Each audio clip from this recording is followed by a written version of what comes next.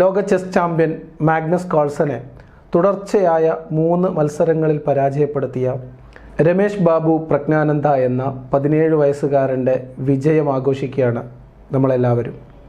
ആ യുവ പ്രതിഭയ്ക്ക് അഭിനന്ദനങ്ങൾ അറിയിച്ചുകൊണ്ട് നമ്മൾ ഇന്നത്തെ വിഷയത്തിലേക്ക് കടക്കുകയാണ്.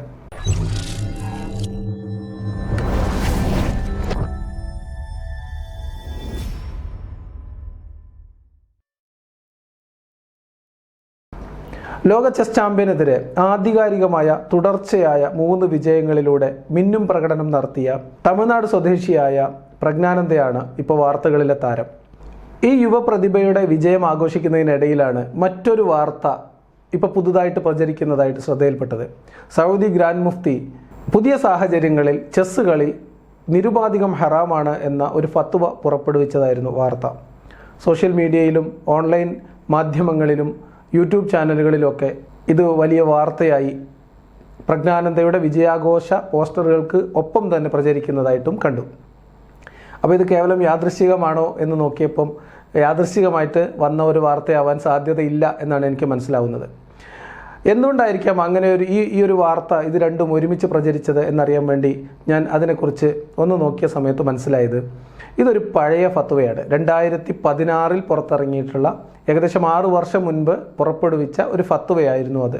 അപ്പോൾ എന്തുകൊണ്ടായിരിക്കാം ഈ സമയത്ത് പ്രജ്ഞാനന്ദയുടെ വിജയത്തിൻ്റെ കൂടെ തന്നെ അത്തരമൊരു വാർത്ത പ്രചരിച്ചത് എന്നായി എൻ്റെ കൗതുകം. എനിക്ക് മനസ്സിലാവുന്നത് ഏതെങ്കിലും ഒരു വ്യക്തിയുടെ ഏതെങ്കിലും ഒരു നേട്ടത്തിൽ അല്ലെങ്കിൽ ലോകത്ത് നടക്കുന്ന ഏതൊരു സംഭവത്തിലും നാട്ടിൽ നടക്കുന്ന ഒരു പ്രശ്നത്തിൽ ഒരാളുടെ ആത്മഹത്യയിൽ ഒരാളുടെ മരണത്തിൽ എല്ലാത്തിലും മതം കലർത്തി മതം പരിശോധിച്ച് അതിൽ നിലപാടെടുക്കുന്ന ഒരു പൊതു സ്വഭാവം ഇസ്ലാമിസ്റ്റുകൾക്കുണ്ട്. അതൊരു പോസിറ്റീവായിട്ടുള്ള വാർത്തയാണെങ്കിൽ അതിൻ്റെ പിതൃത്വം മതം ഏറ്റെടുക്കുകയും അത് ഏതെങ്കിലും ഒരു മോശപ്പെട്ട വാർത്തയാണ് അതല്ലെങ്കിൽ ഒരു ക്രിമിനൽ ആക്ടിവിറ്റിയിലാണ് ഒരാളുടെ പേര് ഒരു മുസ്ലിം പേര് പരാമർശിക്കപ്പെടുന്നതെങ്കിൽ അതുടനെ അയാൾ യഥാർത്ഥ മതവിശ്വാസിയല്ല, അയാൾ ആ മതത്തിൻ്റെ യഥാർത്ഥ സത്ത ഉൾക്കൊള്ളാത്തയാളാണ്, ഒരുപക്ഷെ അയാൾ ജബ്രയാണ് എന്നൊക്കെ പറഞ്ഞ് ആക്ഷേപിച്ച് അവിടെയും മതം കലർത്തി അതിൻ്റെ ക്രെഡിറ്റ് എടുക്കാനായാലും ഒരു സംഭവത്തെ ഡിസോൺ ചെയ്യാനാണെങ്കിലും മതം കൊണ്ട് എല്ലാ വാർത്തകളെയും പരിശോധിക്കുന്ന ഒരു സ്വഭാവം ഇസ്ലാമിസ്റ്റുകൾക്കുണ്ട്. ഒരുപക്ഷെ ഈ ഒരു പശ്ചാത്തലത്തിൽ പ്രജ്ഞാനന്ദയുടെ ഈ വിജയത്തിൻ്റെ പശ്ചാത്തലത്തിൽ ഇസ്ലാമിൻ്റെ ചെസ്സ് കളിയുമായി ബന്ധപ്പെട്ട നിലപാട് എന്താണ് എന്ന് ആരെങ്കിലും അന്വേഷിക്കുകയും അങ്ങനെ കിട്ടിയിട്ടുള്ള ഒരു വാർത്ത പ്രചരിപ്പിക്കുകയും ചെയ്തതായിരിക്കാം എന്നാണ് ഞാൻ മനസ്സിലാക്കുന്നത്. Saudi Arabian grand Mufti chess നിരുപാധികം ഹറാമാണ് എന്ന് ഫത്വ പുറപ്പെടുവിച്ചതുമായി ബന്ധപ്പെട്ട് വന്ന വാർത്തയിലെ ഒരു തമാശ പറഞ്ഞിട്ട് അതിനേക്കാൾ രസകരമായിട്ടുള്ള ഇത്തരം ഇസ്ലാമിസ്റ്റുകൾ പുറപ്പെടുവിക്കുന്ന ഫത്വകളുടെ തമാശയും അതിൻ്റെ പൊള്ളത്തരവും അതിൻ്റെ അല്പത്തരവും വ്യക്തമാക്കുന്ന ഒരു ആധുനിക പണ്ഡിതൻ്റെ ഫത്വയും കൂടി പരിശോധിച്ചിട്ട് നമ്മളിന്ന് നിർത്തും. ഞാൻ നേരത്തെ പറഞ്ഞതുപോലെ ഈ ഫത്വ കുറേ വർഷങ്ങൾക്ക് മുൻപ് 6 വർഷം മുൻപ് ഉള്ള ഒരു ഫത്വയാണ്.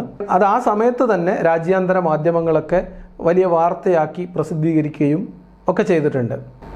എന്നാൽ ഇസ്ലാമിക ലോകത്ത് ചെസ്സ് കളിയെക്കുറിച്ച് വ്യത്യസ്തമായിട്ടുള്ള അഭിപ്രായമുണ്ട്.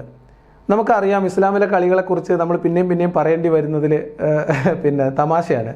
ഇസ്ലാമിൽ ഏതൊരു കാര്യവും അനുവദനീയമാവണമെങ്കിൽ മുസ്ലിങ്ങൾക്ക് അല്ലെങ്കിൽ ഇസ്ലാമിന് അല്ലെങ്കിൽ അള്ളാൻ്റെ ദീനിന് എന്തെങ്കിലും ഒരു ഗുണമുണ്ടാവണം. അങ്ങനത്തെ കാര്യങ്ങൾ മാത്രമാണ് അനുവദനീയമാവുക.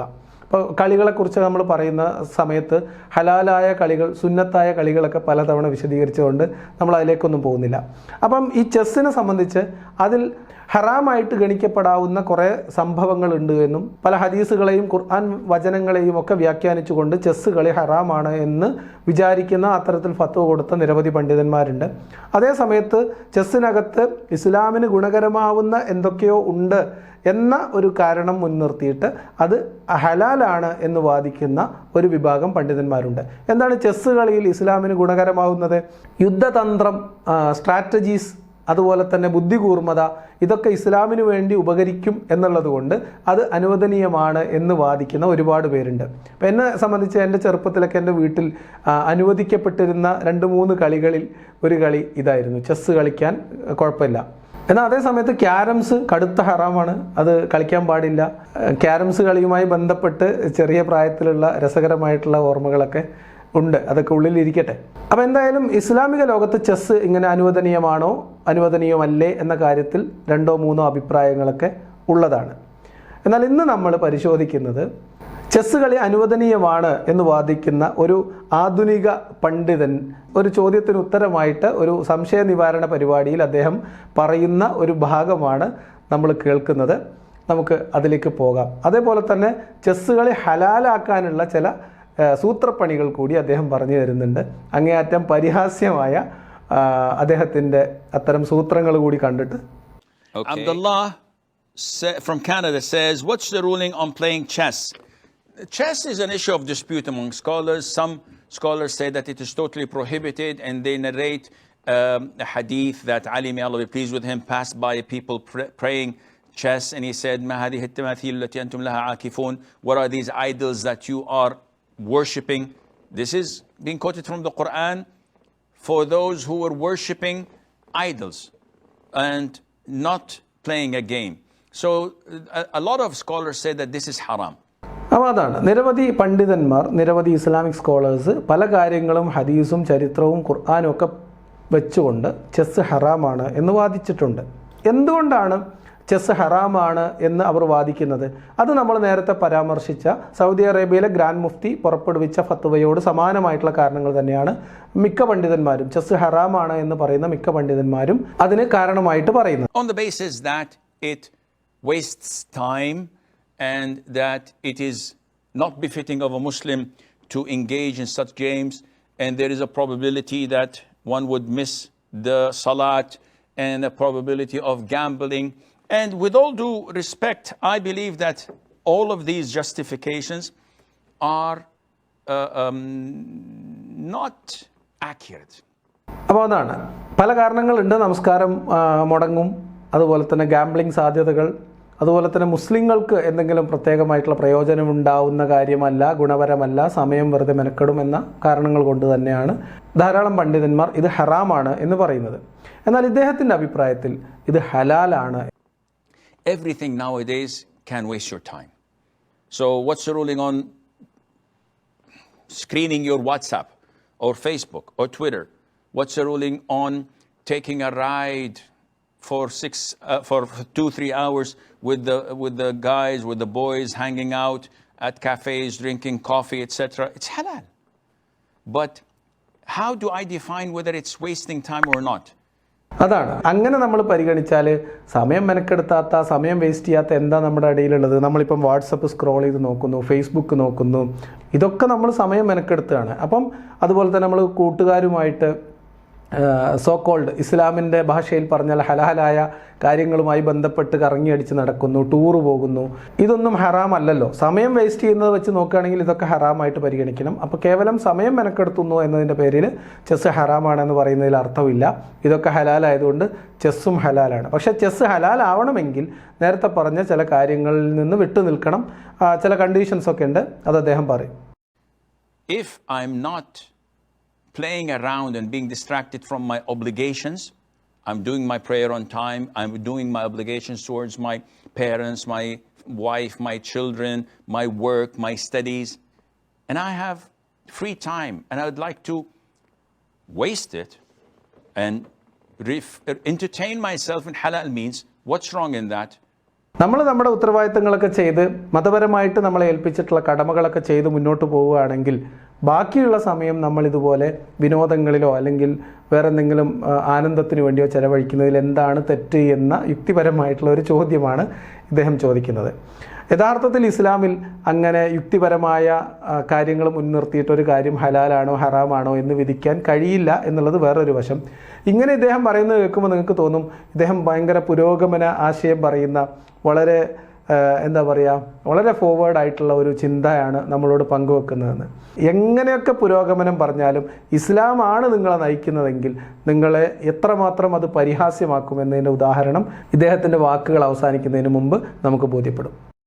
So some scholars said that it is haram, other scholars said that it is totally permissible because it makes you think, it makes you strategize, and it is something beneficial for your brain. അപ്പോൾ അതാണ് ഹലാലാണ് എന്ന് പറയപ്പെടുന്ന ആളുകൾ സ്വാഭാവികമായിട്ട് ഉന്നയിക്കുന്ന വാദങ്ങൾ എന്ന് പറയുന്നത് ഇതൊക്കെ തന്നെയാണ്. നിസ്കാരം ബാക്കി കാര്യങ്ങളൊന്നും ബാധിക്കുന്നില്ലെങ്കിൽ, നിങ്ങൾ ഇതിനകത്ത് ചൂതാട്ടവും പന്തയം പോലെയുള്ള കാര്യങ്ങളൊന്നും ഇതിനകത്ത് ഇടപെടുന്നില്ലെങ്കിൽ അത് കളി അനുവദനീയമാണ്. അതെന്തുകൊണ്ടാണെന്ന് വെച്ചാൽ നിങ്ങൾ തലച്ചോറിന് ബുദ്ധിപരമായിട്ടുള്ള ചില പ്രയോജനങ്ങൾ ചെയ്യും, ചില തന്ത്രങ്ങൾ മെനയുന്നതിനൊക്കെ നമ്മുടെ തലച്ചോറിനെ പ്രാപ്തമാക്കും എന്നുള്ളത് കൊണ്ട് അത് അനുവദനീയമാണ് എന്ന് വിചാരിക്കുന്ന ആളുകളുണ്ട്.